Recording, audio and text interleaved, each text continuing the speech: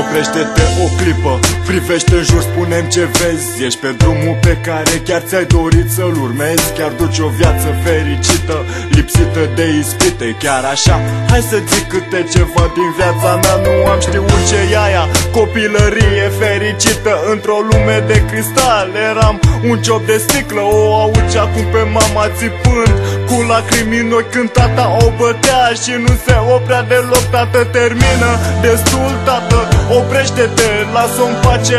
Nu vezi cum îi curge sângele? Gata, mamă, liniștește-te, totul va fi bine, sunt aici. Promit să am grijă de tine, nu mă înțelegeți greșit. Vă iubesc la fel de mult, sunteți părinții mei și m-ați crescut cum ați putut, la fel ca și pe frații mei, Gabi și Stelian. Sunteți familia mea, cel mai de preț lucru pe care l-am. Nu mai vreau să aud cum plânge sufletul tău, mă doare, știi că mă doare. Când te uiți spre cer, acolo voi fi eu, aproape de tine mereu. Nu mai vreau să aud cum plânge sufletul tău, mă doare, știi că mă doare. Când te uiți spre cer, acolo voi fi eu. Eram la școală, într-o clasă primară, început de vară, când i-am văzut pe-a mei venind să mă scoată afară. Hai să bem un suc, mi-au zis, hai să intrăm aici. Mă uitam și nu înțelegeam de ce erau triști. Mama nu știa cum să mă ia să nu-i citesc durerea, însă vocea-i tremura și o trăda privirea. Mami, Gabi, fratele tău mai mic a fost lovit de o mașină, este în comă, nu se știe dacă o să-și revină.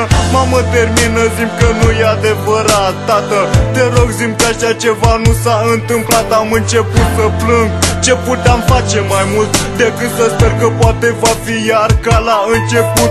Doctorii nu-i mai dădeau nicio șansă de supraviețuire, însă a luptat și acum e mult mai bine. Gabi, fratele meu, ești totul pentru mine.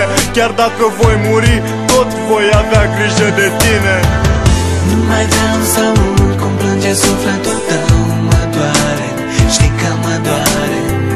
Când te uiți spre cer, acolo voi fi eu, aproape de tine mereu. Nu mai vreau să aud cum plânge sufletul tău, mă doare, știi că mă doare. Când te uiți spre cer, acolo voi fi eu. Pe spate cu ochii închiși și mă gândesc la prima fată pe care am fost blestemat să o iubesc. Îmi amintesc că a fost un joc pătat de lacrimi și durere. Mintea-mi spune să tac, sufletul să mă descarc, îmi cere. Nu-i nicio plăcere să povestesc ce s-a întâmplat. Cum ai putut să spui că mă iubești după ce m-ai înșelat? Nu înțeleg, eu chiar credeam că ții la mine. Ții minte când am dat cu pumnul în zid ca să nu dau în tine? Stăteai în fața mea, plângeai, mă implorai să te iert. Nici n-ai idee cât de greu am depășit acel moment, dar am întâlnit-o pe Andreea. Viața mea s-a schimbat, prințeso, te iubesc chiar dacă nu prea ți-am arătat. Păcat că nu pot fi ce ți-ai dori, oricât m-aș strădui, dar zi de zi fac tot ce pot ca tu să mă poți iubi. Voi încerca să mă schimb și fii atentă la mine. Mai bine mor decât să știu că te voi pierde și pe tine.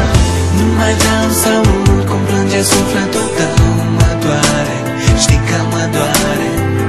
Când te uiți spre cer, acolo voi fi eu, aproape de tine mereu. Nu mai vreau să aud cum plânge sufletul tău, mă doare, știi că mă doare. Când te uiți spre cer, acolo voi fi eu. Îți aduce aminte, tată, de acea seară când tu și mama v-ați certat, de-abia venise în țară. Știu că am venit la tine nervos și am început să țip, cuprins de furie fără să-mi dau seama. Te-am jignit, știu că ai suferit, tată, și-mi pare foarte rău. N-ai lăsat să se vadă, dar știu că așa faci tu mereu. Regret nespus de mult ce s-a întâmplat, te rog să mă ierți. Mă simt prea singur între blestemații ăștia de pereți. Îmi pare rău că aceste amintiri dureroase au ieșit la suprafață și nu vor să îmi dea pace. Dacă aș putea da timpul înapoi, aș șterge tot cu un burete, dar nu pot și acum trăiesc printre regrete. Vezi aproapele pe punctul de a fi îngropat, întins pe o masă cu lumânări la cap. s-a terminat, atunci încep să te întrebi pentru ce te mai zbați, că până la urmă toți sfârșim lângă o cruce, îngropați. Cam asta este ce-am avut de spus. Iar tu, dacă ai simțit ce-am simțit și eu, mergi mai departe. Nu mai vreau să aud cum plânge sufletul tău, mă doare, știi că mă doare. Când te uiți spre cer, acolo voi fi eu, aproape de tine mereu. Nu mai vreau să aud cum plânge sufletul tău, mă doare, știi că mă doare. Când te uiți spre cer,